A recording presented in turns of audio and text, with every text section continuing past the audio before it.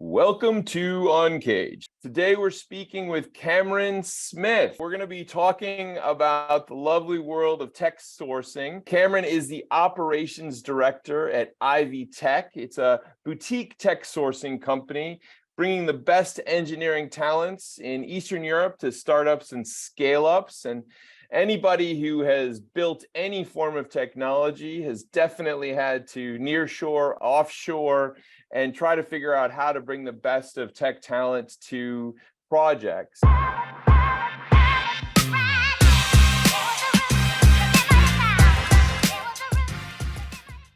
Before we get there, Cameron, tell us a little bit about you and your career. Cool. So short introduction, I think you picked up from the accent that I am South African, but I've been in London for just on 6 years now.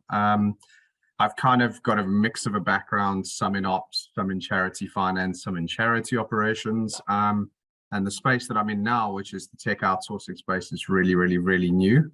But yeah, have thoroughly enjoyed being in the space and working in it. The luckiness of my historical career has given me a lot of let's say variable influences and experiences to get me to where I am today. So am I happy in London? Absolutely. Coolest city to live in, incredible to travel from. Yeah, and in my free time spend it all traveling. So yeah. Wow, excellent. Well, so Ivy Tech, Ivy Tech's a great company. I know we've spoken with folks from your organization in the past. Tell me a little bit more about what's the latest with the business. Look, so where we're at right now, we're in a solid position. We're servicing quite a few clients, some in New York and one in London, specializing right now in the fintech sector, not necessarily payments orchestration, but the fintech sector.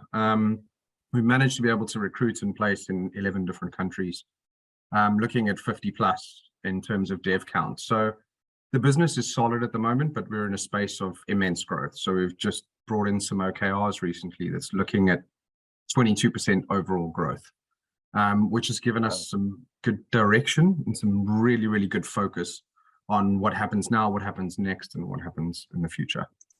So, I look at your role in operations and I think, wow, that is at the nexus of all the things that happen in an offshoring business and managing that talent. And so, tell me a little bit about what you're seeing right now in the market. It's been a whirlwind. We see markets that have been traditionally amazing offshoring markets like the Ukraine, obviously at the center of global crisis. How are the systems adapting? Look, in short, it's not easy. There's two sides to this coin. So there is the client side that says, look, if you're hiring from the Ukraine, where in the Ukraine, is it safe? And do we want to associate, say, client's business with Ivy Tech? So that's one risk that we're mitigating, but we do have displaced Ukrainians, which is a completely different situation. The space I feel is emerging. There's a lot of sort of service providers that have come in that have allowed you to contract anywhere and everywhere. It doesn't pull us away from one of our cores, which is having a legal structure set up in Ukraine. But the space has most certainly evolved. It's very competitive. And I think we've really got to prove our worth when we're having discussions as to why we do what we do and how we bring value to clients. So it's, like I say, a double-sided coin as always, very difficult. I think that what you're highlighting really is that mix of, offshoring, somehow bringing talent so that it's kind of somehow connected in with organizations and kind of balancing all of those elements out. Are you finding that the work is still going to places like the Ukraine, or is it are you seeing it spread across other markets now? I wouldn't say spread across, like I said, displaced Ukrainians. I think we're finding a lot of Ukrainians who are now placed globally, which therefore means there is an element of the brand promise that we're keeping. So yes, I am finding more opportunities. Recently, we'd hired somebody out of Azerbaijan. So it gives you a context of how far and close it might be to said Ukraine and somewhere else in the globe. And also, yeah, sorry. No, it's an interesting time. I'd just be curious because, man, the last couple of years, Cameron, have been quite a roller coaster for all of us. But economically, we see the world really being smart and cautious, I'd say, about Mm. what they're investing in, what they're not. Are you seeing a change in the way companies are approaching development projects right now? Yeah, I think there's been something interesting lately that we've seen. So we don't normally do short-term contracts, and we've noticed that coming through, where Mm, you take on a dev in a short-term contract on a project basis, um, and then with extension and extension, which isn't fundamentally great for our business model. But at the moment, you are hoping to grab onto a lot of business because there's potential economic downturn everywhere. We've seen loads of changes in the sector. Nobody fundamentally at the moment feels safe yeah. because of where we are. So, Yeah. No, it's a really interesting one because obviously that's inefficient for the customer as well, right? yeah, So it just shows you that everyone is taking on an approach of stepping forward inch by inch yep. centimeter by centimeter. Well, Mhm. let me change gears a little bit, Cameron, because I mean, certainly you've touched on a variety of industries in your career, but here you are, you find yourself in an operations role, which I would say is pretty exciting. I mean, there's a lot of complexity in the kind of global sourcing and Eastern European tech sourcing situation. What drives you? Where does the passion come from for this space? And I think that, yeah, so the easy answer to that is you will have seen that historically I've worked in charities, and there's always a huge thing about impact and the impact that you make in people's lives. Now, in the essence of where we are with Ivy, there's a huge impact on Ukraine, the Ukrainian community, and what you're doing for people. Now, an opportunity for, say, any dev who comes along and gets a chance to work with a fintech, work with a health tech, prop tech, whatever it might be, we're actually essentially creating that opportunity. And Mhm. that's a really good feeling. Like at your core, when you get up in the morning, you think, wow, I'm part of making somebody's life slightly better, Yeah, in a situation that is absolutely horrendous. So yeah, that's a huge driver. And then there's a huge element of the operational aspect where you don't always have the answer. So some days you get up and you think it might be a straight line, and actually it's completely different. And you think, I've got this whole process flow mapped out and it's going to go exactly as planned, and it never happens that way. And that yeah, really tests you as a person when you think, wow, I thought I had this all figured out, and I literally don't. I'm back at square one when I've got to yeah. figure it out. So there's, yeah, those are the personal level, and then obviously the impact on the Ukrainian community, which is massive. Yeah, I love that. It's really finding a way to support those communities as hopefully they get through this difficult moment, but at the same time, you're really a problem solver. Mm, And that's always a lovely dance of setting up operations so that it's scalable and repeatable, but at the same time, there's always some nuance that has to be absolutely. wrestled to the ground for sure. So Absolutely.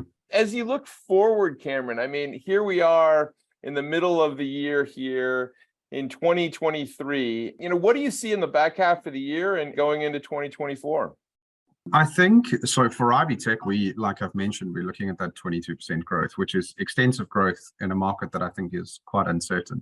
Mhm. So it's bold, it's brave, it's brash, but you've got to believe in what you're doing. So I do foresee that we will take on quite a bit of growth, but we have launched a different product. So I think there's a lot of pivot and refining our focus. That's purely for the business perspective. Um, for myself, I think there's a lot of trying to get out there more. I'm in the remote space, so that's a big challenge for me. You are at home all day behind your laptop. You're not physically out there in a great city filled with 9.5 million people and meeting Yeah. this person and meeting that person. So that's something that I'm going to challenge myself with because now it's post COVID and life is somewhat back to normal. I Yeah. wonder, I don't know how that's gonna to recover. I mean, I'm speaking to you today from our New York offices, Hmm. and I walked here from my hotel this morning, and I mean, I can't speak to London, but there were certainly a lot more signs of commercial leasing space available on every street. And it was palpable over the period of COVID for sure. You could see that. But I think what's happened now is a lot of the leases that companies were still trapped in now have ended. And now that stuff's coming onto the market. And so it'll be fascinating to see how urban cities like London, New York, et cetera, all reinvent themselves. honestly. We'll see. Yeah, it's incredibly fascinating. Like I have this discussion all the time about pre-COVID, post-COVID London, and they do have different nuances to them. And post-COVID London it's certainly not what it was before. I mean, you went into London, and for anybody who wasn't here, and I imagine the same in New York, it just feels like a whirlwind. You're just like, there's so much happening, so much to be distracted by. How do you beeline for your main focus? So it's a fascinating area to be in, and the remote workspace environment, and and the trust culture, and where do you want to be, and how do you want to work, and it's a really interesting. Are there particular types of projects that you're seeing that customers are gravitating or focusing on right now versus other areas, Cameron? No, not particularly. I think at this point it's more the human element. So we've got a need, we're trying to fill a gap for somebody who we think could fix that particular problem. Because we're on project based, I'm not necessarily hearing this is me taking from X to Y. We do have prospective clients who's taking a product from nothing to MVP. So, in urban transportation, which is fascinating, but it's not necessarily, it's not necessarily everything else that we've been doing.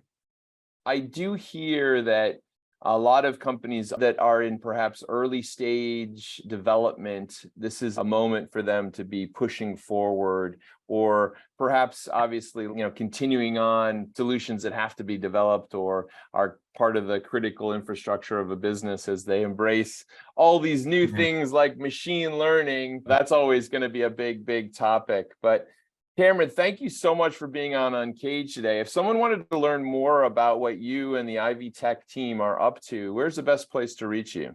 Oh, you can have a look on LinkedIn. You'll find us there under Ivy Tech, Ivy Tech Official on Instagram, and as well as our website, ivy-tech.co. So anywhere on there, feel free to check us out. We're about to launch a new website, so let us know what you think. There you go. That's great. Excited to see the new website. Cameron, thank you so much for being on Uncaged today.